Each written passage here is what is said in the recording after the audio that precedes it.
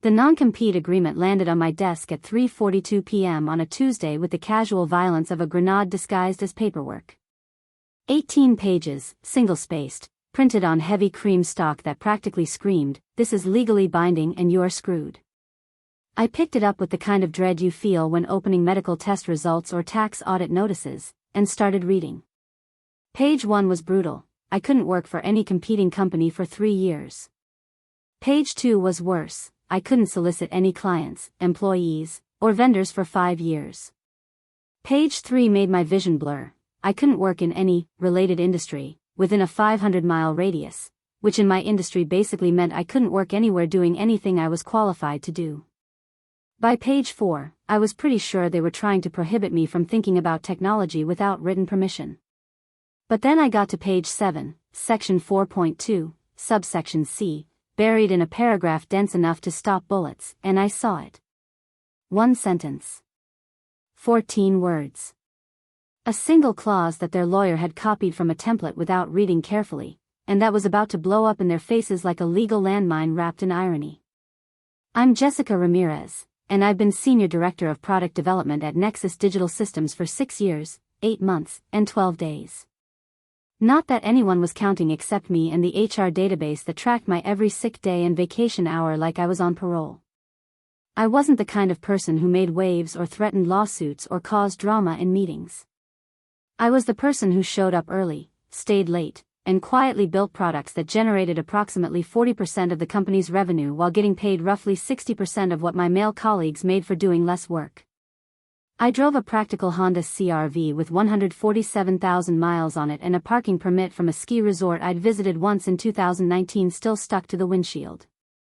I lived in a rented townhouse with a microwave that only worked if you pressed start twice and a bathroom faucet that made sounds like a dying whale. I wasn't living large. I was living competently and hoping competence would eventually be rewarded. It wasn't. The trouble started on September 8 at 9:47 a.m. when Blake Hastings was announced as our new Chief Technology Officer. Blake came from a venture-backed startup called Velocity Systems that had burned through $80 million in funding before collapsing like a house made of LinkedIn buzzwords and empty promises. He had the kind of confidence that comes from failing upward repeatedly, wore expensive sneakers to meetings like it was a personality trait, and used phrases like, "disrupt the paradigm," without a trace of irony or self-awareness. His first company-wide email subject line was, "Exciting changes ahead," with 2 exclamation points, which should have been everyone's first warning that we were about to enter a period of maximum chaos disguised as innovation. His first official act was reorganizing the entire product development department. Not because anything was broken, but because executives like Blake can't justify their salaries without destroying something functional and rebuilding it worse. He called an all-hands meeting on September 15 in the main conference room that smelled like old coffee and broken dreams, with the projector that had been flickering since 2021 and the chairs that squeaked every time anyone moved. "We're going to restructure how we approach product development," Blake announced, clicking to a PowerPoint slide titled Agile Innovation Framework 3.0. "We need to flatten hierarchies, eliminate redundant roles, and empower individual contributors to take ownership of their deliverables." Translation: we're firing middle management and making everyone else do more work for the same pay. "Some roles will be consolidated," he continued, using corporate speak for eliminated. "Some team members will be transitioned to different responsibilities. Some positions will be reimagined for optimal operational efficiency." I sat in the back row next to Marcus from engineering, who whispered, "Oh good, we're being reimagined." I've always wanted to be imagined differently, preferably as someone with a better job. The restructuring hit on October 1. 7 people from my team were transitioned to different roles, which meant fired but with enough ambiguity that they couldn't claim wrongful termination. 3 more were consolidated into hybrid positions that combined 2 jobs into 1 salary. And my role as Senior Director of Product Development was being reimagined as a strategic advisor position that sounded important but actually meant I'd have no direct reports, no budget authority, and no ability to make decisions about products I'd spent 6 years building. Blake called me into his office on October 3 at 4:15 p.m. His office was decorated like a tech startup founder's Instagram fantasy: exposed brick, standing desk, motivational posters with quotes from Steve Jobs and Elon Musk, and a basketball hoop mounted on the door because apparently making decisions about million-dollar products required the ability to sink free throws. "Jessica, I want to talk about your future here," he said, not sitting down because standing made him feel like he was TED talking instead of firing someone. "Your work has been solid, but I think you're not quite aligned with our new strategic direction." Solid. 6 years of building products that generated 40% of company revenue. And my work was solid, like I was a B- student who tried hard but lacked natural talent. "What specifically isn't aligned?" I asked, keeping my voice level despite the fact that my internal rage meter was approaching nuclear levels. "You're very focused on legacy processes and established frameworks," he said, which meant I liked things that actually worked instead of randomly changing everything for no reason. "We need people who can embrace disruption and think outside conventional paradigms." "I see. And this new direction doesn't include my current role?" "We're offering you the strategic advisor position. Reduced responsibilities, lateral move in terms of title, adjusted compensation to reflect the new scope." Adjusted compensation. Translation: pay cut. How adjusted? 28% reduction. But you'd be working on exciting new initiatives and have more work-life balance. Work-life balance is what executives offer you when they're cutting your salary and want to pretend they're doing you a favor. "And if I don't accept this position?" Blake smiled the smile of someone who'd practiced looking sympathetic while destroying people's careers. "Then we'd need to discuss separation terms. We'd want to make sure you're taken care of with a reasonable severance package and, of course, our standard non-compete agreement." There it was. The trap. Accept a demotion and pay cut, or leave with a non-compete that would make it nearly impossible to find comparable work anywhere. Now, a quick pause before this gets even better. About 91% of you are listening without subscribing, which is like showing up to someone's house for dinner, eating all their food, and then leaving without even offering to help with dishes. Hit that subscribe button right now, consider it karma insurance, because what happens when their lawyer reads page 2 of this non-compete is absolutely chef's kiss level beautiful. "I'd like to review the non-compete terms before making any decisions," I said. "Of course. HR will send everything over. Take your time, think it through, and we can talk next week." The non-compete arrived in my email at 3:42 p.m. on October 5, 18 pages of legal language designed to look intimidating and comprehensive. I read it sitting at my desk, watching my career prospects apparently evaporate with each paragraph. Section 1, Non-Competition Clause. I couldn't work for any company that competed with Nexus Digital Systems in any capacity for 36 months following my departure. Section 2, Non-Solicitation Clause. I couldn't contact, recruit, or solicit any employee, client, vendor, or business partner of Nexus for 60 months. 5 years. Longer than most presidential terms. Longer than most marriages in America. Section 3, Geographic Restriction. The non-compete applied to any business activities within 500 miles of any Nexus office location. Since Nexus had offices in 12 states, this essentially covered the entire continental United States except Montana and maybe parts of North Dakota. Section 4, Industry Restriction. I couldn't work in any related industry, including but not limited to software development, digital systems, technology consulting, product management, or any field that could be construed as competitive with Nexus's business interests. Since Nexus's business interests were vague enough to include basically everything involving computers, this clause meant I couldn't work anywhere in my field doing anything I'd spent my entire career learning to do. By page 6, I was contemplating whether I could retrain as a park ranger or maybe learn to be a professional dog walker. By page 7, I was wondering if they'd consider professional Netflix watcher to be a competing industry. And then I saw it. Page 7, section 4.2, subsection C, buried in a paragraph about enforcement and modifications. In the event that any provision of this agreement is determined by a court of competent jurisdiction to be unenforceable, the employee agrees that the company may, at its sole discretion, modify the terms to the minimum extent necessary to make such provision enforceable. provided that such modification does not materially alter the consideration provided to employee in exchange for these restrictions. At first glance, it looked like standard boilerplate legal language. But that last phrase, consideration provided to the employee in exchange for these restrictions, was the key. Because in contract law, consideration means something of value exchanged between parties. For a non-compete to be enforceable, the company has to give you something of value in exchange for your agreement not to compete. Usually that's continued employment, or a promotion, or a severance package. I scrolled back to page 2 where the severance terms were outlined. In exchange for the employee's agreement to these restrictions, the company agrees to provide separation compensation in the amount of. I blinked. Read it again. $7,500, payable in 3 installments over 6 months, $7,500. For 6 years of work. For agreeing not to work in my field for 3 years. For essentially destroying my career and employability. They were offering me roughly 6 weeks of my current salary in exchange for making me unemployable in my industry for 3 years. But that wasn't the beautiful part. The beautiful part was in section 4.2, subsection C, consideration provided to the employee in exchange for these restrictions. Their own contract acknowledged that the non-compete restrictions required adequate consideration. And $7,500 for a 3-year employment restriction was, according to every employment law case I could find on Google Scholar over the next 4 hours, laughably inadequate consideration. I spent that evening and the entire next day researching employment law and non-compete enforceability. Turns out, courts really don't like non-compete agreements that are overly broad, unreasonably restrictive, or supported by inadequate consideration.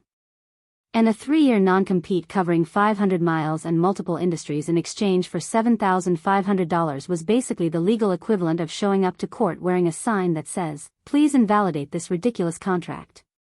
But the most beautiful detail was that their own contract included language acknowledging that adequate consideration was required. They'd copied this template from somewhere, probably from a case where the company actually provided reasonable severance, and they'd never bothered to check whether $7,500 counted as adequate consideration for the restrictions they were demanding. On October 10th, I declined Blake's offer of the strategic advisor position in writing. I stated clearly that I was not resigning voluntarily, but that I was declining the offered position change because it constituted a constructive dismissal through material changes to compensation and responsibilities.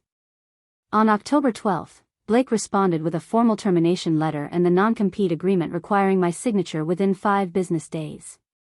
On October 13th, I called an employment attorney named Patricia Chen who specialized in non-compete litigation.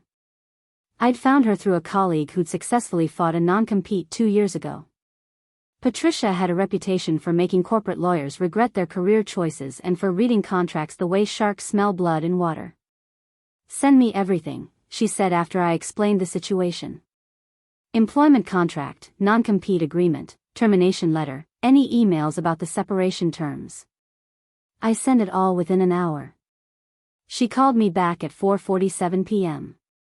"Jessica, this non-compete is a beautiful disaster," she said, and I could hear the smile in her voice. "It's overly broad, geographically unreasonable, temporally excessive, and most importantly, it's supported by consideration so inadequate it's almost insulting. $7,500 for a 3-year restriction? I've seen courts throw out non-competes for consideration 10 times that amount. So it's not enforceable? Oh, it's worse than not being enforceable. Their own contract language in section 4.2 acknowledges that adequate consideration is required. They basically wrote a built-in defense for you. Any lawyer reading this could spot it in 30 seconds. What do I do? Don't sign it. Let them terminate you. If they try to enforce the non-compete, we'll destroy it in court and probably get your legal fees covered under frivolous litigation statutes. In the meantime, start job hunting. You're not bound by a contract you never signed." On October 17th, Nexus sent a final demand letter: sign the non-compete or face legal action for breach of confidentiality and trade secret violations. Vague threats designed to sound scary without specifying what exactly I'd breached or which trade secrets I'd allegedly violated. On October 19th, Patricia responded on my behalf with a letter that was basically a legal document version of, "Try me, I dare you."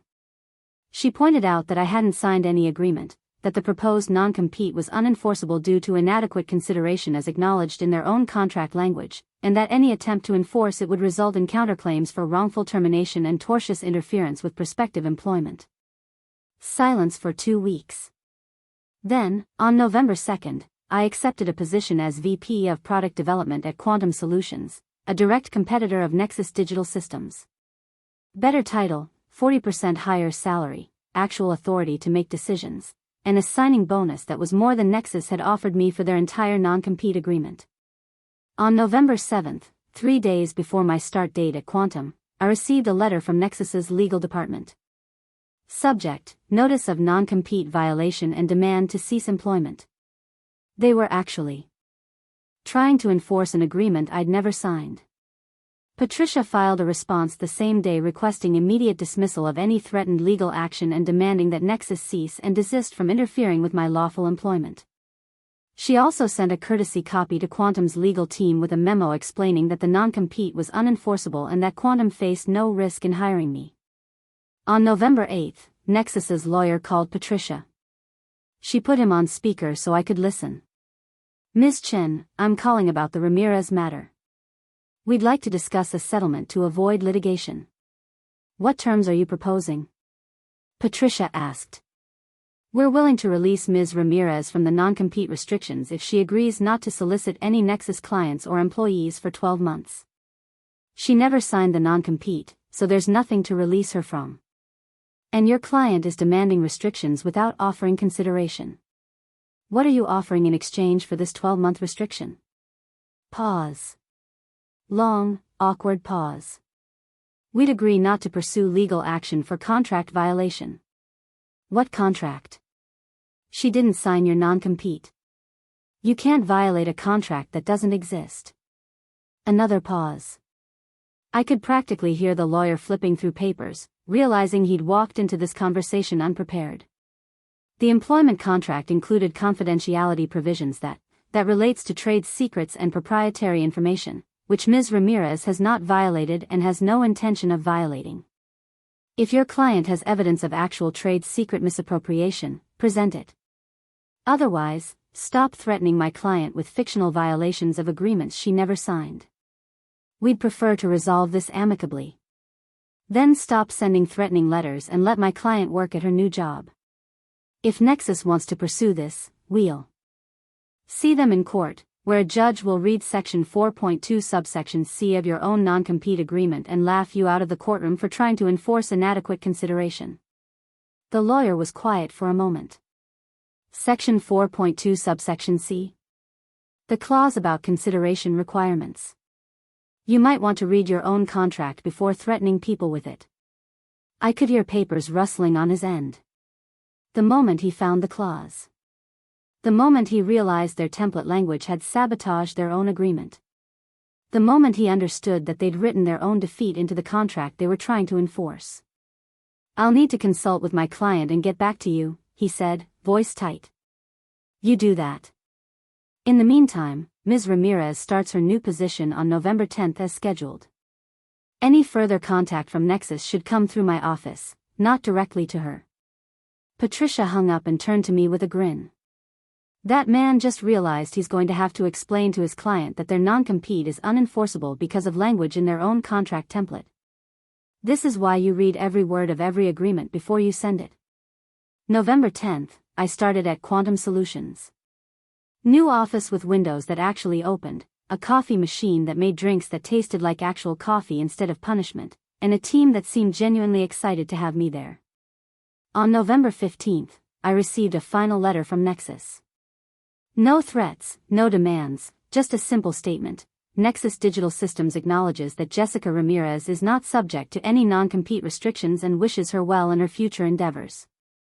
Translation: we consulted with competent lawyers who explained that we're idiots and our contract is garbage. 2 months later, Blake Hastings was transitioned to a consulting role, which meant fired but with enough ambiguity to avoid admitting the restructuring had been a catastrophic failure. 4 of the people he'd laid off were quietly rehired. The company's product development timeline was so far behind schedule that they'd lost 2 major clients and were facing potential breach of contract lawsuits. Meanwhile, at Quantum Solutions, my team launched 2 major products in our first quarter. Revenue projections exceeded expectations by 40%. My boss told me I was the best hire they'd made in 5 years. And I received a performance bonus in December that was larger than the entire severance package Nexus had offered me. 6 months after I left, I ran into Marcus from Nexus Engineering at a tech conference in Austin. He'd left 3 weeks after I did, joined a startup, and was doing great. The place fell apart after you left, he told me. Blake tried to rebuild your entire product development process from scratch and it was a disaster. Half the engineering team quit. They're hemorrhaging clients. Pretty sure they're going to get acquired or shut down within a year. Did Blake ever figure out what went wrong? I asked. Marcus laughed. Blake thinks everything went wrong because people weren't embracing his vision. He still doesn't understand that you can't disrupt functionality and replace it with chaos and call it innovation. Last I heard, Nexus Digital Systems was acquired by a private equity firm for significantly less than their previous valuation. Blake Hastings is now working as a fractional CTO for multiple small companies, which means he's a consultant who couldn't get hired full-time. His LinkedIn profile says he specializes in transformational leadership and strategic disruption.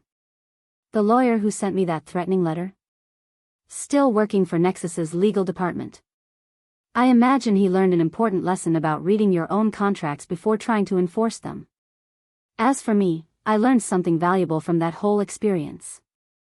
The most powerful weapon you have in any negotiation isn't aggression or threats or intimidation.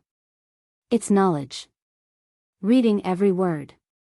Understanding every clause. Recognizing when someone has made a mistake in their own document and knowing exactly how to use it. Blake thought he could push me into signing an absurd non-compete by making it look intimidating and comprehensive. What he actually did was copy a template without reading it carefully, include language that undermined his own agreement, and offer considerations so inadequate that it made the entire contract unenforceable. The lesson isn't about revenge, though I won't pretend there wasn't satisfaction in watching that lawyer realize his own contract had betrayed him. The real lesson is simpler: read everything carefully, especially the fine print that's designed to look boring and technical. Because sometimes that boring technical language is the difference between being trapped by a bad agreement and walking away free. That one sentence in section 4.2, subsection C saved my career. 14 words buried in 18 pages of intimidating legal language. 14 words their lawyer copied without understanding. 14 words that turned their weapon into my shield. Some people call that luck. I call it the consequence of someone writing a contract without reading what they were actually agreeing to. Thanks for sticking with this entire story, you beautiful people who understand that knowledge is power and reading comprehension is a superpower. If this resonated with you, if you've ever faced a non-compete or been threatened with legal action that turned out to be baseless, hit that subscribe button and share your story in the comments. These workplace justice tales remind us that corporations aren't invincible, contracts aren't magic, and sometimes the law actually protects employees instead of crushing them. Remember, read every word of every contract, especially the parts that look like boring boilerplate. Document everything, consult with actual lawyers instead of being intimidated by threatening letters, and never sign an agreement that doesn't give you adequate value in return for what you're giving up. Your career is worth more than $7,500, your expertise has value, and you don't have to accept restrictions that exist only to benefit your former employer at your expense. Stay informed, stay protected, and always read page 2.